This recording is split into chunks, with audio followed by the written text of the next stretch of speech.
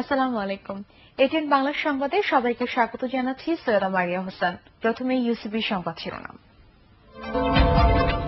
বিশ্বে বাংলাদেশের ভাবমূর্তি উজ্জ্বল করতে সামর্থ্যের সর্বোচ্চ ব্যবহার করেই বিশ্বকাপ আয়োজন সফল করা হবে, জানালেন অর্থমন্ত্রী।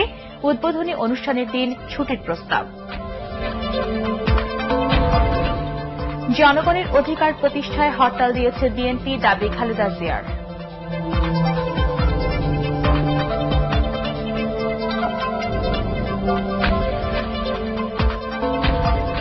চিকিৎসা সেবাকে রাজধানীর বাইরে সারা দেশে ছড়িয়ে দেওয়ার ঘোষণা প্রধানমন্ত্রীর।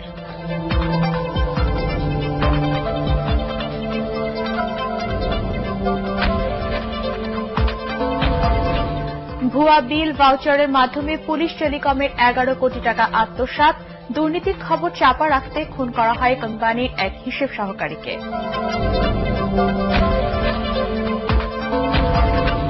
এবং হবিগঞ্জের শাহজি বাজার বিদ্যুৎ কেন্দ্রের 9টি ইউনিটের 5টি অচল, উৎপাদন নেমে এসেছে অর্ধেকে।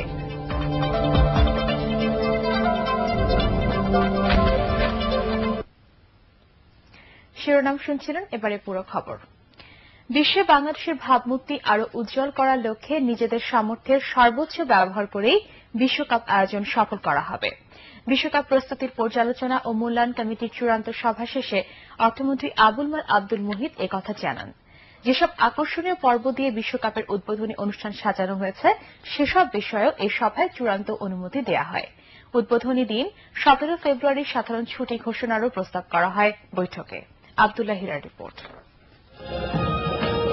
প্রায় 2 ঘণ্টার বর্ণাঢ্য বিশ্বকাপ উদ্বোধনী অনুষ্ঠান সাজানো হচ্ছে 5টি পর্বে। 17 ফেব্রুয়ারি বঙ্গবন্ধু স্টেডিয়ামে বিকাল 5:50 শুরু হবে বিশ্বকাপ উদ্বোধনীর মূল অনুষ্ঠান। এতে ভারত ও শ্রীলঙ্কার সেলিব্রিটি পারফর্মাররা তুলে ধরবেন তাদের নিজ নিজ দেশের ঐতিহ্য। আর এরপরেই প্রদর্শিত হবে বাংলাদেশের the rising tiger of Asia. 20 মিনিটের এই অনুষ্ঠানে পারফর্মাররা তুলে ধরবেন দেশীয় সংস্কৃতির আদি, মধ্য ও বর্তমান ঐতিহ্যের নানা বিষয়। সুসজ্জিত গাড়িতে করে বিশ্বকাপের থিম সঙ্গীত গাইবেন ভারতের বিখ্যাত শিল্পী শঙ্কর মহাদেবন। আর সবশেষে থাকবে চীনা আতশবাজির খেলা। বিশ্বকাপ ম্যাচ মাঠে গড়ানোর আগের দিন 18 ফেব্রুয়ারি থাকছে সাংস্কৃতিক অনুষ্ঠান। তবে সময় কম থাকায় অনুষ্ঠানের তেমন কোনো পরিবর্তন বা পরিবর্ধন আনা সম্ভব হচ্ছে না বলে জানালেন মূল্যায়ন কমিটির সভাপতি। একটি আমাদের সংস্কৃতি এবং ইতিহাস, আর আরেকটি হচ্ছে আমাদের ভবিষ্যৎ সম্ভাবনা। তার মানেই হচ্ছে অর্থনৈতিক উন্নয়ন। আমরা কি অবস্থায় আছে, কি না আছে সেটা তো আমরা জানাবোই। আমাদের ইতিহাস কি আছে সেটাও জানাবো, এবং তার জন্য ভিডিও টিডিও অনেক কিছুই আছে। এছাড়াও আমাদের যে 20 মিনিটের প্রোগ্রাম, 20 আর 10-30 মিনিটের প্রোগ্রাম, সেখানেও সেটা নানাভাবে থাকবে। পাশাপাশি বিশ্বকাপের সময় ঢাকা ও চট্টগ্রাম শহরের ট্রাফিক ও নিরাপত্তা ব্যবস্থা কড়াভাবে নিশ্চিত করা, ভেন্যু অবকাঠামো উন্নয়ন ও সংস্কার সহ বিশ্বকাপ আয়োজনের যাবতীয় বিষয় সম্পূর্ণ হয়েছে কিনা তাও উঠে আসে কমিটির বৈঠকে। সময়টা বেশি ঘাটতি ছিল, সামর্থ্য আমরা যতদূর সম্ভব যা করা যায় সেটা করেছি। শেষ মুহূর্তে যেমন আইসিসি বলেছে এরকম করা উচিত, আরো কিছু সিট দরকার, আরো এটা করা দরকার, এসব আমরা যতদূর সম্ভব করেছি, এবং আমার মনে হয় আমরা সন্তোষজনক ভাবেই কাজকর্ম প্রায় শেষ করে ফেলেছি সবকিছু। 10 তারিখের পরে বোধহয় আর বিশেষ কোনো কাজকর্ম থাকবে না। শেরেবাংলা নগর পরিকল্পনা মন্ত্রণালয়ের সভাকক্ষের এই বৈঠকে আগামী 17 ফেব্রুয়ারি বিশ্বকাপের উদ্বোধনীর দিন সাধারণ ছুটি রাখার প্রস্তাব করা হয়।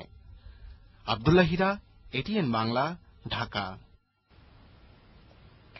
আওয়ামী লীগ গতিতে বিনা কারণে হরতাল ডাকলেও বিএনপি জনগণের অধিকার প্রতিষ্ঠায় হরতাল দিয়েছে বলে দাবি করেছেন বিরোধী দলীয় নেত্রী বেগম খালেদা জিয়া।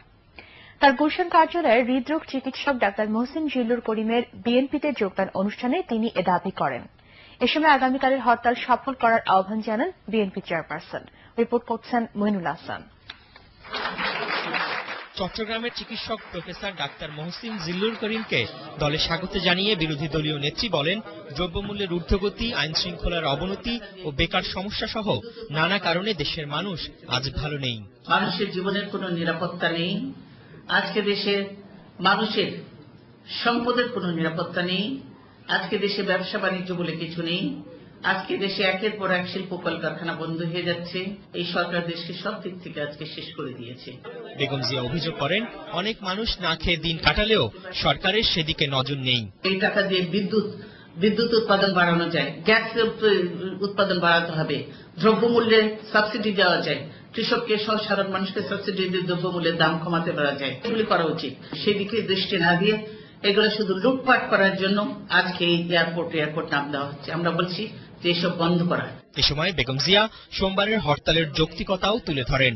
তিনি বলেন, বিশ্বকাপ আয়োজন বাধাগ্রস্ত করা নয়, জনগণের সমস্যা সমাধানেই আন্দোলন করছে তার দল। তারা যদি বলে যে হরতাল প্রত্যাহার, তাহলে বিদ্যুৎ, গ্যাস, পানির ব্যবস্থা করুক এবং জনগণের দ্রব্যমূল্য কমা, আমরা হরতাল উদ্ধার করে নেব। কিন্তু তারা এইগুলো করতে না পারলে হরতাল অবশ্যই এই 7 তারিখে হচ্ছে। আমরা জানি যে সামনে বিশ্বকাপ, সেদিকেও আমাদের দৃষ্টি আছে। এই হরতালই শেষ নয়। আপনারা যদি এই জনগণের এই সমস্যাগুলো দুর্ভোগ লাঘব করতে না পারেন, তারা আগামীতে আরো কঠিন হরতাল সহ আরো কঠিন কর্মসূচি দিতে আমরা বাধ্য হব। অনুষ্ঠানে চট্টগ্রামের বিএনপি নেতারাও উপস্থিত ছিলেন। মুনুল আহসান, এটিএন বাংলা, ঢাকা।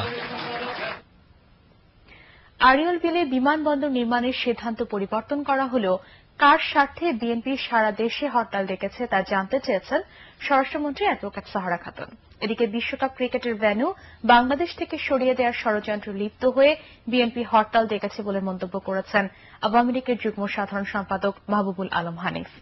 শেখ নাজমুল হক সৈকতের রিপোর্ট। শিশু একাডেমিতে সাংবাদিক পথিক শাহর স্মরণ সভায় মাহবুবুল আলম হানিফ বলেন, দেশের উন্নয়ন চায় না বলেই সরকারের বিভিন্ন কাজে বিএনপি বাধা দিচ্ছে। স্বেচ্ছাসেবক লীগ আয়োজিত স্মরণ সভায় তিনি দেশের ভাবমূর্তি অক্ষুণ্ণ রাখতে বিশ্বকাপ ক্রিকেট টুর্নামেন্টের আগে ডাকা হরতাল প্রত্যাহারের জন্যও বিএনপির প্রতি আহ্বান জানান। আজকে বিএনপি প্রমাণ করতে চাই যে এখানে বাংলাদেশে অস্থিতিশীল রাজনৈতিক পরিবেশ, এই জায়গাটায় বিশ্বকাপ খেলা না হলেই ভালো হয়। যাতে বিশ্বকাপ ক্রিকেটটা এখান থেকে ভেন্যুটা সরে যায়, এটাই তাদের মূল উদ্দেশ্য এখন সরকারকে হেয় করার জন্য।